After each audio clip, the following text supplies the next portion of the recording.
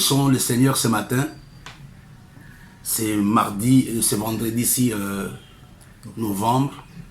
Nous sommes dans la joie de nous retrouver autour de sa parole. Et je voudrais faire une petite annonce avant de continuer, ou un rappel si vous voulez. Donc dans cette classe, le premier chapitre qu'on avait vu, c'était sage ou intelligent. Le deuxième chapitre sur lequel nous avons travaillé, c'était le prix pour gagner. Le troisième, nous avons parlé de l'excellence et qui était suivi d'un sous-chapitre sur la frustration. Et dans le quatrième chapitre, je pense que par la grâce de Dieu, nous aborderons le quatrième chapitre la semaine prochaine. Nous parlerons de ces petits renards qui rongent notre succès.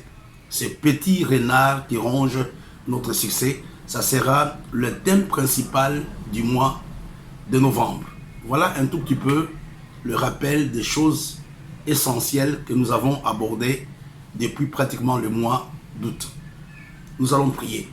Nous voulons, Seigneur, notre Père et notre Dieu, nous recommander à toi, te recommander ce temps de partage, te recommander cet enseignement. Nous te prions que cet enseignement nous fasse du bien, que cet enseignement aide mon frère, que cet enseignement m'aide personnellement pour qu'ensemble nous puissions te servir dans l'excellence. Dans ton nom, nous avons prié. Amen. Le mardi 3 novembre, je parlais d'un petit sujet, pas un petit sujet. Nous avons abordé un enseignement sur avoir de nouvelles idées. Cela était important pour pouvoir commencer ce mois de novembre. J'avais dit que c'était une parenthèse, mais aujourd'hui, nous allons revenir à notre thème principal. Nous allons revenir au sujet au thème consacré à l'excellence. J'aimerais rappeler des petites choses avant de vous donner les sous-thèmes de ce matin. La première chose que j'aimerais rappeler, nous définissons l'excellence comme étant une fraction de la perfection. C'est une petite partie de la perfection. Ça, n'oublions pas. Je disais que l'excellence était une fraction de la perfection. Et l'excellence fait partie du niveau requis pour aller vers ce qui est parfait. Quand nous parlons de l'excellence, nous faisons un effort, nous nous efforçons d'atteindre la perfection, même si on ne peut pas atteindre la perfection. Mais nous faisons un effort d'aller vers ce qui est parfait. Et au niveau de l'excellence, j'ai regardé dans la Bible, il y a plus ou moins 3 niveaux. Il y a 3 niveaux au niveau de l'excellence.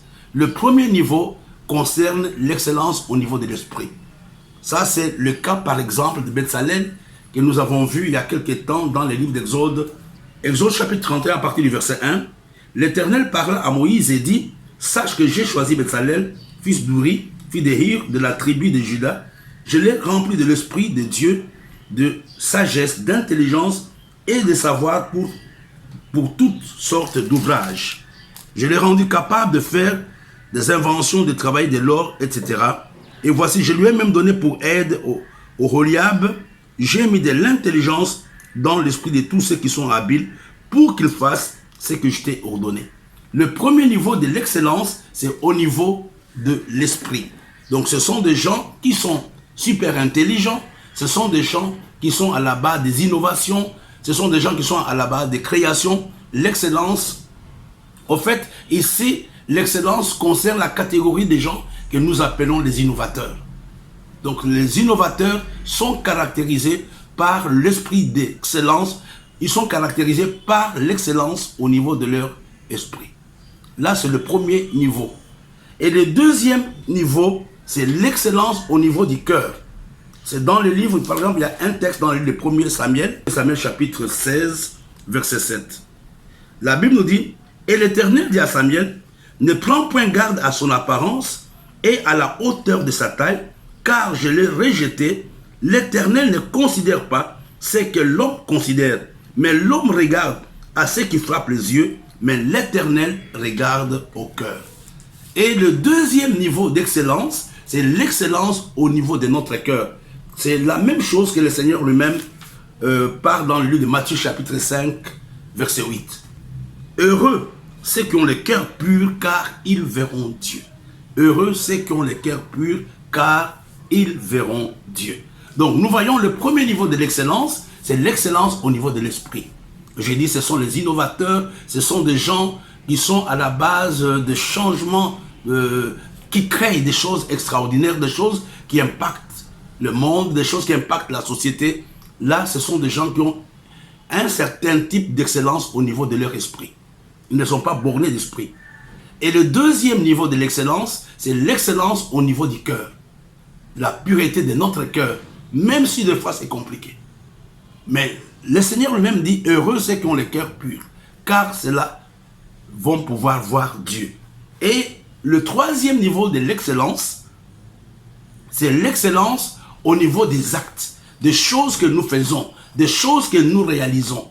La manière de faire, le marketing, le label, la présentation des choses, on appelle cela l'excellence au niveau des actes, l'excellence au niveau des actions, l'excellence au niveau des réalisations. Je reprends pour la meilleure audition. Le premier niveau, c'est l'excellence au niveau de l'esprit. L'excellence d'esprit plutôt. L'excellence d'esprit, l'excellence du cœur et l'excellence des actes. Et vous allez me demander, quel est le niveau le plus important? Dans la pensée de Dieu, il veut que nous puissions avoir les trois. Et nous devons prier. C'est la raison pour laquelle j'ai parlé de nouvelles idées il y a 3 jours. Nous pouvons prier. Dieu peut nous donner l'excellence au niveau des idées. Tu peux avoir des choses à proposer, des choses à créer, etc. Nous avons vu cela mardi. Et nous devons nous efforcer, à cause de l'œuvre de Jésus, d'avoir des cœurs purs.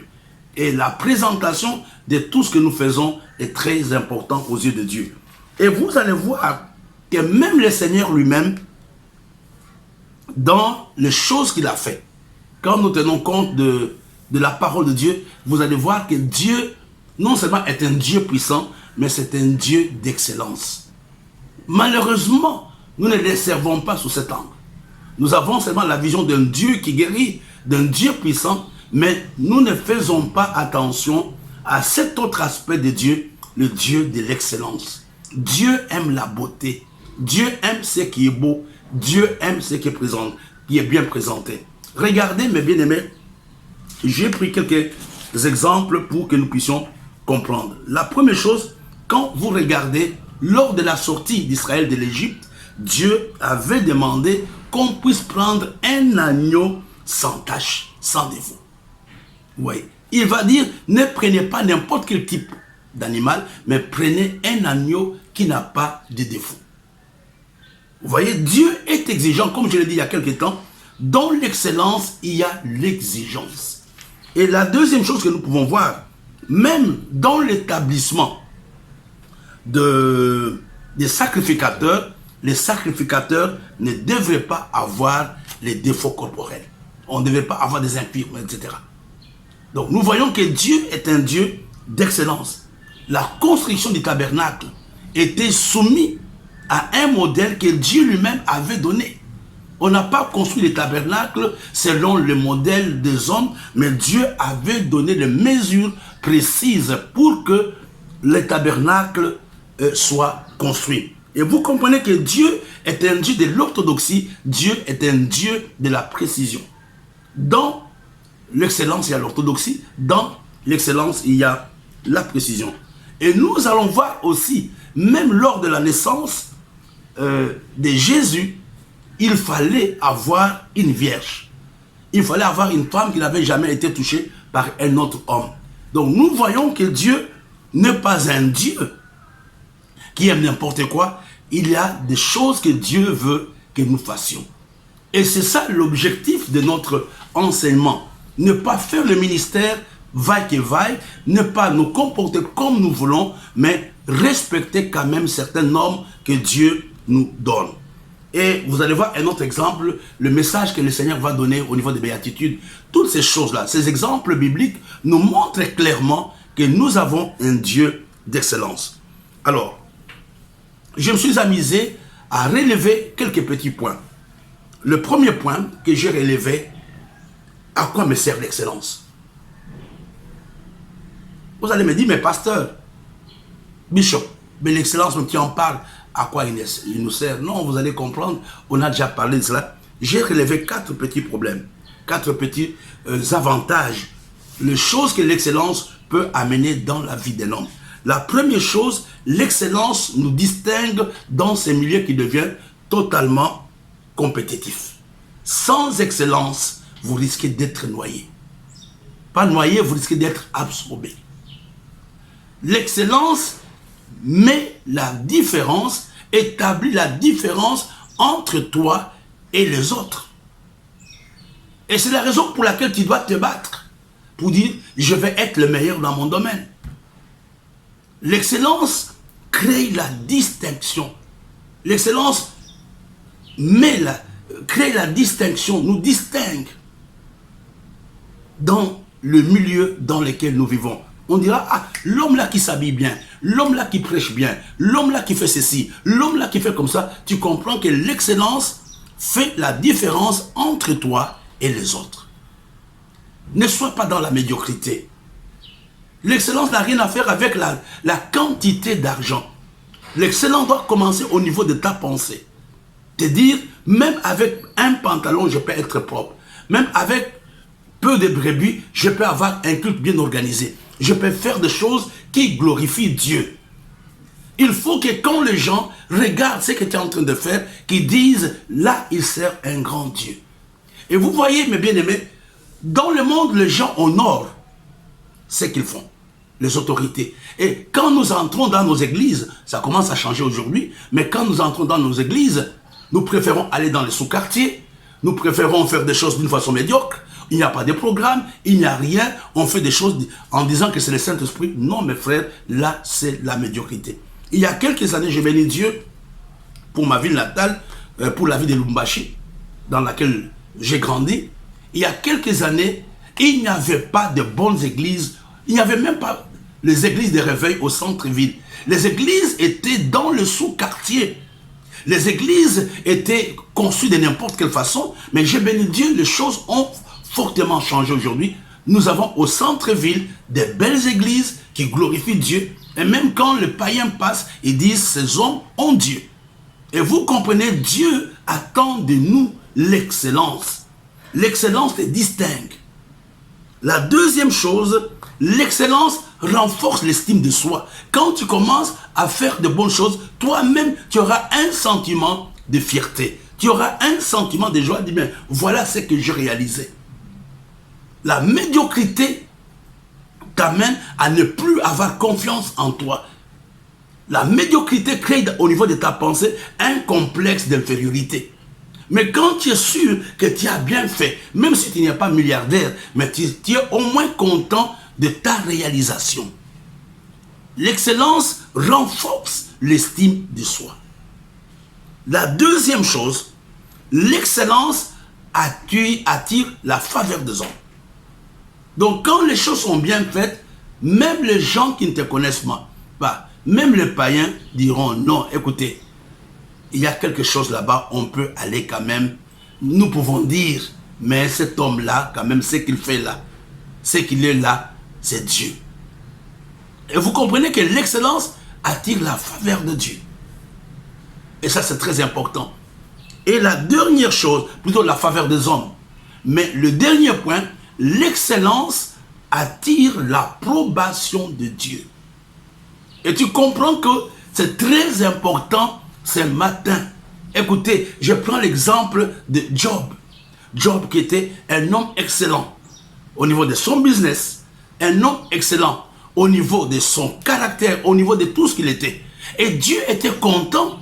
Dieu va dire à Satan, as-tu vu mon serviteur Job? Et j'aimerais qu'aujourd'hui que le Seigneur dise cela de toi, de moi, as-tu vu mon serviteur? À cause de l'excellence qui était dans la vie de Job, Dieu avait témoigné, Dieu était fier de le présenter. Il a dit à Satan, voici mon serviteur Job. Est-ce qu'il en sera de même pour toi et pour moi ce matin? Est-ce que Dieu peut-il vraiment témoigner? Alors, nous avons vu que l'excellence a des avantages. Et nous avons parlé des 4 avantages. L'excellence nous distingue dans le milieu aujourd'hui très compétitif. L'excellence renforce l'estime de soi. L'excellence attire la faveur des hommes et l'excellence donne l'approbation de Dieu. Mais en dehors de cela, il y a une autre chose que j'aimerais aussi aborder, un autre aspect, toujours au niveau de l'excellence. L'excellence a des ennemis. Quelles sont les choses qui font à ce qu'un homme ne soit pas excellent? J'aimerais vous donner quelques ennemis, peut-être il y en a 6. J'aimerais vous donner ça rapidement, sans beaucoup de commentaires. Le premier ennemi de l'excellence, c'est la mauvaise image de soi. Quand vous n'avez pas une bonne image de vous-même, quand vous n'avez pas une bonne image de ce que vous faites, vous ne serez jamais excellent. Nous voyons le cas par exemple de Gédéon. Nous voyons le cas de Jérémie. Nous voyons le cas de Moïse. Il fallait que Dieu combatte leur mauvaise image. Jérémie n'avait pas une bonne image de lui-même. Moïse disait que je suis un bègue. Gédéon, c'était la même chose. Mais Dieu va combattre cela. Dieu va les amener à ce que ces hommes puissent avoir confiance en eux-mêmes. Et vers la fin, nous voyons ce que ces gens ont pu réaliser. Le premier ennemi de l'excellence, c'est la mauvaise image de soi. Et j'aimerais ce matin que Dieu t'aide à avoir une bonne image de toi-même. Hier, j'étais en train de lire un petit document qui disait que quand nous critiquons souvent les enfants, ils ne vont pas nous détester. Ils vont toujours continuer à nous aimer, mais ils vont avoir une mauvaise image d'eux-mêmes. Donc vous comprenez que nous devons encourager, c'est une parenthèse. On n'est pas là seulement pour critiquer les gens. Vous êtes mauvais, mais nous sommes là pour pouvoir les encourager. Encourager nos maris, encourager nos enfants, encourager nos épouses, etc. La deuxième chose, l'excellence, le deuxième ennemi de l'excellence, c'est la surestimation. Quand vous avez une haute opinion de vous-même, quand vous avez une haute opinion de vous-même, vous allez tomber dans l'orgueil et cela vous empêchera de vous améliorer. C'est la raison pour laquelle la Bible nous dit, n'ayez pas une haute opinion de vous-même. Premièrement, la sous-estimation ou la mauvaise image de soi amène la médiocrité. Deuxièmement, la surestimation. Donc, la surestimation vous amène à tomber dans la stagnation. Vous ne faites aucun effort, vous pensez que vous avez acquis un certain niveau et les choses vont commencer à se gâter. Le troisième ennemi de l'excellence, c'est le péché. Le péché est un ennemi de l'excellence. Il y a quelque temps, j'ai prêché quelque part sur la vie de Samson. Nous voyons que cet homme qui était le grand juge est tombé dans la médiocrité, a perdu la vision, a perdu l'onction. Pourquoi? Parce que Samson était tombé dans le péché. Le quatrième ennemi de l'excellence, c'est le milieu dans lequel vous êtes. Vous devez faire attention au milieu dans lequel vous vivez. Et n'oublions pas que la médiocrité a tendance à nous absorber. Et vous devez vous battre pour que le milieu dans lequel vous êtes ne vous amène pas à la médiocrité. C'est la raison pour laquelle vous devez à tout prix choisir vos fréquentations. Vous devez savoir exactement quels sont les hommes et les femmes avec qui je peux marcher. Souvent on dit que les poules ne marchent pas avec les aigles. Quand tu commences à marcher avec les médiocres, tu risques d'être médiocre. Quand tu commences à marcher avec les ivrognes, à un certain moment, tu risques d'être ivrogne. Le milieu dans lequel nous sommes peut être un obstacle à notre excellence, peut constituer un handicap à notre évolution. Et pour terminer ce paragraphe, un autre élément qui peut provoquer, qui peut attaquer l'excellence, c'est l'ignorance. Quand nous sommes dans l'ignorance, nous risquons de ne pas atteindre l'excellence. Et vous comprenez que nous avons intérêt à nous améliorer. Nous avons intérêt à nous perfectionner, à apprendre, à nous éduquer, à faire des séminaires, à être vraiment de véritables autodidactes. Et cela, c'est pour notre propre excellence. Et vous comprenez, c'est extraordinaire l'enseignement sur l'excellence. Alors, comment atteindre l'excellence? Nous avons donné une petite définition de l'excellence et nous avons donné les ennemis de l'excellence. Mais comment faire pour avoir l'excellence? Ici, je vous donne simplement quelques points, sans beaucoup de commentaires. La première chose, l'excellence vient de la mise en pratique de la parole de Dieu. Quand je commence à appliquer littéralement la parole de Dieu, je peux être un homme excellent. Non seulement la mise en pratique de la parole de Dieu, que nous appelons aussi la crainte de Dieu. La crainte de Dieu amène l'excellence dans la vie d'un homme. Mais le deuxième point, le deuxième élément qui peut nous donner l'excellence, c'est l'éducation ou l'instruction. C'est important de nous éduquer. C'est important d'encourager que nos enfants aillent à l'école. C'est important que nous-mêmes, nous soyons des hommes et des femmes formés. Et si aujourd'hui on n'est pas formé, il y a à un certain moment, il faut compter sur la grâce de Dieu, nous risquons d'être bloqués. Et le troisième point qui peut nous aider à atteindre l'excellence, c'est l'environnement. L'environnement dans lequel je suis peut m'aider à être bon. Il y a des gens, par exemple, je me rappelle, j'étais dans une église il y a quelques années, il y a une vingtaine d'années, les gens qui étaient dans cette église étaient des hommes propres. Et chaque fois, même si tu étais sale, dès que tu entres dans l'église, tu vas changer. Et dans cette église-là, je me rappelle même au Rocher il y a quelques années, on avait l'obligation, chaque chrétien avait un cahier de notes. Chaque chrétien avait un cahier de notes. Après la prédication, le chrétien mettait les titres du message, des commentaires, etc. Et quand les gens venaient, personne ne leur disait d'acheter les cahiers. Automatiquement, ils achetaient les cahiers et ils prenaient des notes. Et vous comprenez que l'environnement que vous fréquentez peut vous aider à être excellent ou peut vous aider à être médiocre. Et le quatrième point, qu'est-ce qui peut nous aider à être excellent? Ce sont les modèles en face de nous. Donc il faut avoir des modèles. Il faut avoir des modèles. Choisissez des modèles. Dans la Bible, il y a des modèles. Même dans la vie, il y a des modèles. J'ai parlé il y a quelques jours à un frère. Je me rappelle au début de ma foi. C'était la période de Jimmy Swaggart. Mais quand je voyais cet homme prêcher, la manière dont cet homme prêchait, j'avais soif. Je disais, un jour, j'aimerais que j'enseigne comme lui.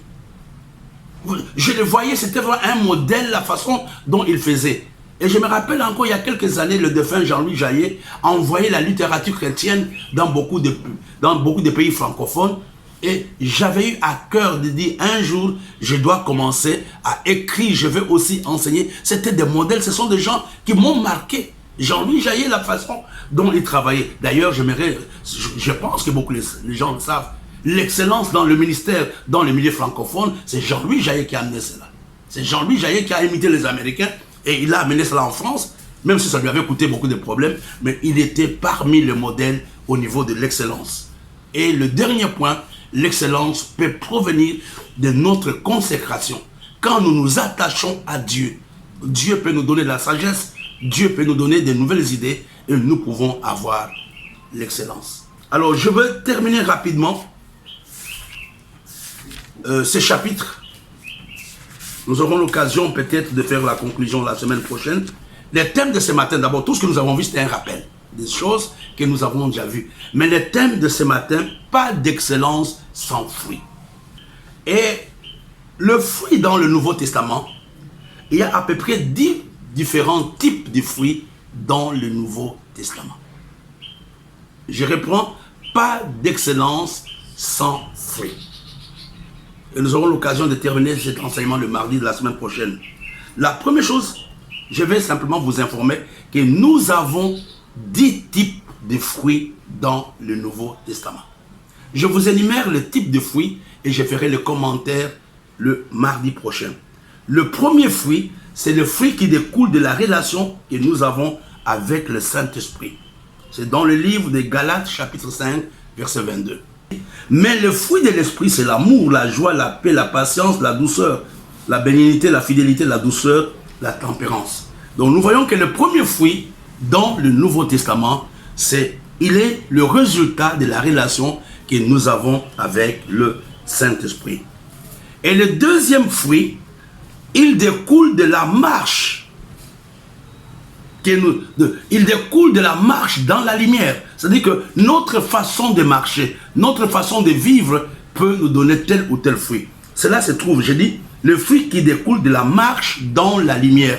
Le fruit qui découle de la marche dans la lumière. Il y a un texte dans le livre d'Éphésiens, chapitre 5, au verset 9.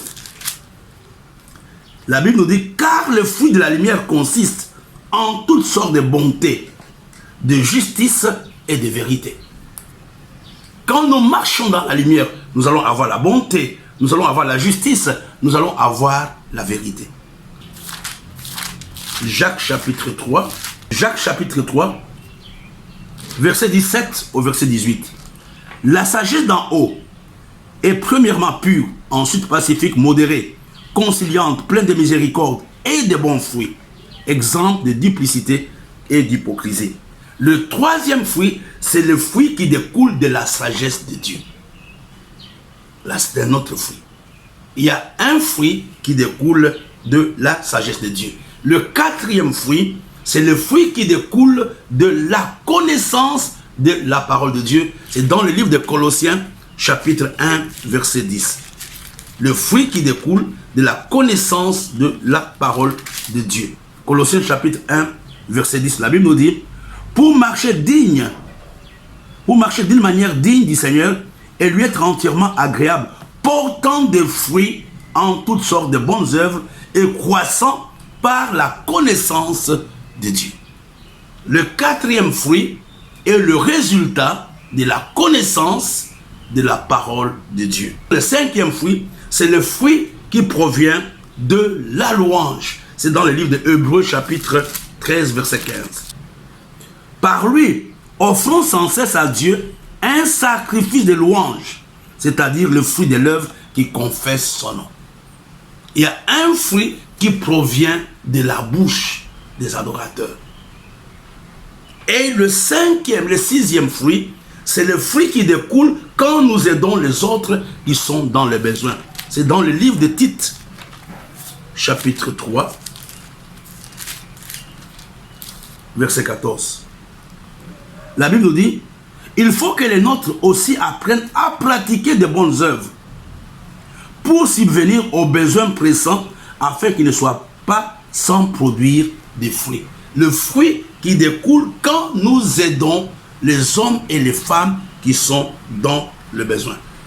Le septième fruit, c'est le fruit qui découle de l'acceptation de remarques ou de réprimandes de Dieu. Hébreux chapitre 12. Et vous savez, il y a des gens qui ne peuvent pas produire des fruits avant que Dieu ne puisse les corriger. Il fallait que Dieu corrige Samson avant qu'il ne produise les fruits. Hébreux chapitre 12, verset 11. Il est vrai que tout châtiment semble d'abord un sujet de tristesse, un nom de joie. Mais il produit plus tard, pour ceux qui ont été exercés, un fruit paisible de justice. Il y a un fruit qui provient de la remarque ou de réprimande. Quand Dieu nous châtie, nous pouvons avoir un fruit. Et le huitième fruit, c'est le fruit qui provient de la délivrance du péché. Donc le fruit de la sainteté, c'est dans le livre de Romains, chapitre 6, verset 22. Le neuvième fruit, c'est le fruit qui vient des âmes, de l'évangélisation, dans le livre de Romains, chapitre 1, verset 13. Et là, nos églises sont très faibles. Regardez, la Bible nous dit, je ne vais pas vous laisser ignorer, frères, que j'ai souvent formé le projet d'aller vous voir afin de recueillir quelques fruits parmi vous. Donc, ce sont les âmes que nous gagnons. Les âmes que toi tu gagnes, ce sont les fruits. Il n'y a pas d'excellence sans évangélisation. Il n'y a pas d'excellence si l'Église ne s'investit pas dans le salut des âmes. Et le dernier fruit, c'est le Saint-Esprit qui le répand dans le monde. Colossiens chapitre 1, verset 6.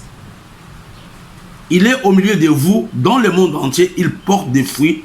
Il va grandissant comme c'est aussi le cas parmi vous depuis le jour où vous avez entendu et connu la grâce de Dieu conformément à la vérité. C'est le Saint-Esprit, quand il est répandu dans le monde, qui produit des fruits. Donc ce matin, je vous ai parlé qu'il n'y a pas d'excellence sans fruits. Ce matin, Nous voulons bénir Dieu pour la fin de ce programme, de cette émission. Je crois qu'il a été suffisamment riche et nous avons été suffisamment instruits. Nous allons prier simplement ce matin en disant, Seigneur, je ne veux pas être un chrétien médiocre. Je ne veux pas être un chrétien qui ne porte pas de fruits. Tu peux porter des fruits. Ta relation avec Dieu peut t'amener à être excellent. La connaissance de la parole de Dieu peut t'amener à l'excellence. Le service que tu rends aux autres peut t'amener à l'excellence. Tendre Père, nous te bénissons pour la grâce que tu nous accordes ce matin. Nous prions notre Père et notre Dieu que nous soyons des hommes et des femmes capables de porter des fruits dont nous avons prié avec les actions de grâce. Amen. Rendez-vous dimanche 8 novembre, nous avons le pain des champions. Nous avons le premier service à 10 h et le dernier service à midi. Demain, on n'aura pas Sainte-Seine parce que nous avons le conseil pastoral. Ça a été un plaisir d'être avec vous ce matin.